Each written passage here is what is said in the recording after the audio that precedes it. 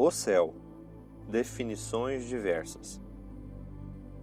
Através desta nova série, iremos ampliar nosso conhecimento através dos mistérios que envolvem o céu, inferno, purgatório, anjos e demônios, desenvolvendo seus temas um a um para que consigamos, ao final deste estudo, ter uma visão mais ampla e mais realista a respeito desses assuntos tão estudados ao pé da letra nos textos sagrados, nos quais são em uma amplitude alegóricas e metafóricas.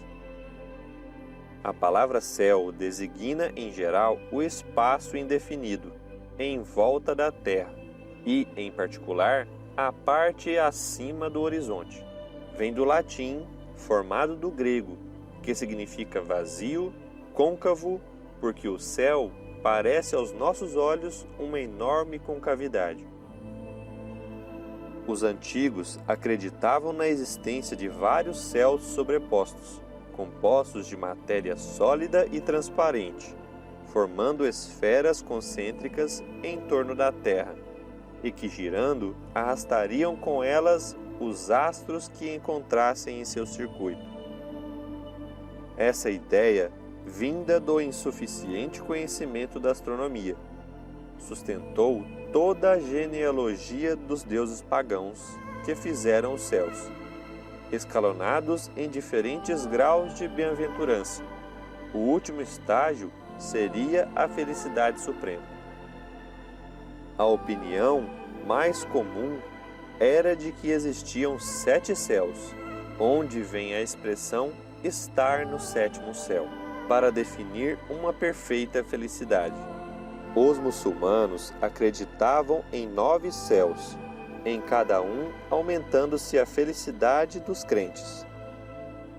O astrônomo Ptolomeu achava que havia 11 céus e chamava o último de Empírio, onde reinava uma luz vibrante.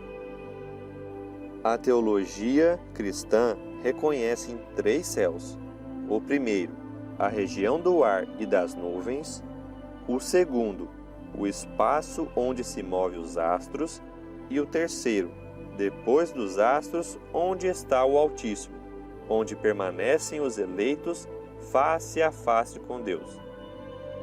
Todas as diferentes doutrinas que falam em paraíso, onde permanecem os bem-aventurados, se baseiam no duplo erro de que a Terra é o centro do universo e de que o espaço dos astros é limitado, e colocaram para além deste limite imaginário o paraíso e a permanência do Todo-Poderoso. Singular anomalia que põe o Criador de todas as coisas, aquele que a todos governa, nos confins de sua criação, em vez de no centro, de onde a iluminação de seu pensamento poderia se estender a todos. A ciência, em sua lógica dos fatos e da observação, lançou suas chamas às profundezas do espaço e mostrou nulidade de todas essas teorias. A Terra não é mais o centro do universo, é apenas um de seus menores astros girando na imensidão. Mesmo o Sol é apenas o centro de um redemoinho planetário. As estrelas são inumeráveis sóis, ao redor das quais circulam incontáveis mundos, cujas distâncias são acessíveis apenas ao pensamento, embora pareçam se tocar.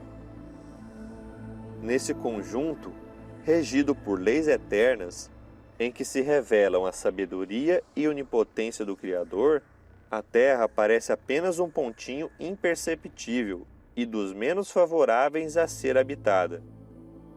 Então pergunta-se, por que Deus teria feito a Terra o único centro da vida e aqui teria degradado suas criaturas prediletas? Ao contrário, tudo anuncia que a vida existe por toda parte e que a humanidade é infinita como o universo. Deus não poderia ter criado sem um destino todos os mundos semelhantes à Terra, que a ciência nos revela, ele deve tê-los povoado com seres capazes de governá-los.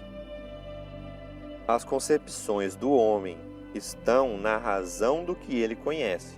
Como todas as descobertas importantes, a da constituição dos mundos deveria ter-lhe oferecido outro caminho. Sob o domínio desses novos conhecimentos, as crenças foram modificando.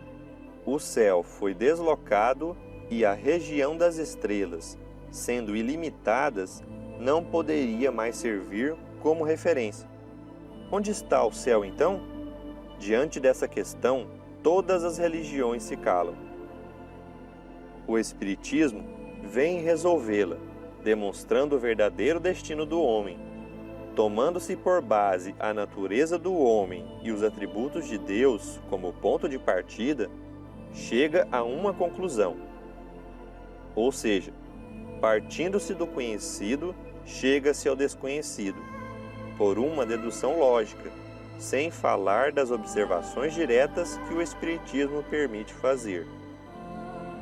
O homem é formado por corpo e espírito. O espírito é o ser principal, racional e inteligente.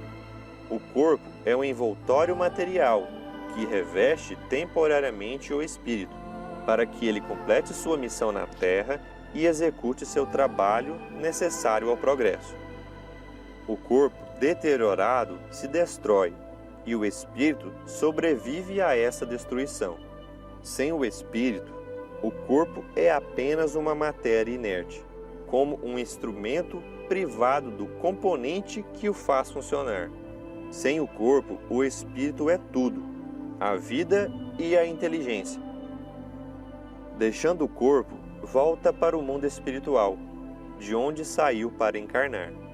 Há, portanto, o mundo corporal, composto dos espíritos encarnados, e o mundo espiritual, formado pelos espíritos desencarnados. Os seres do mundo corporal, pela própria característica do seu envoltório material, são presos à Terra ou a um planeta qualquer. O mundo espiritual está em toda parte, em torno de nós e no espaço, sem qualquer limite. Por terem natureza fluídica, os seres que compõem o mundo espiritual, em vez de se arrastar penosamente sobre o solo, transpõem grandes distâncias com a rapidez do pensamento. A morte do corpo é o rompimento dos laços que os mantém cativos. Por este estudo, ao chamado da luz, iremos gradativamente desvendando os conhecimentos e aprendendo cada vez mais sobre nós e sobre o universo como um todo, e todos sob a tutela de nosso Pai Celestial.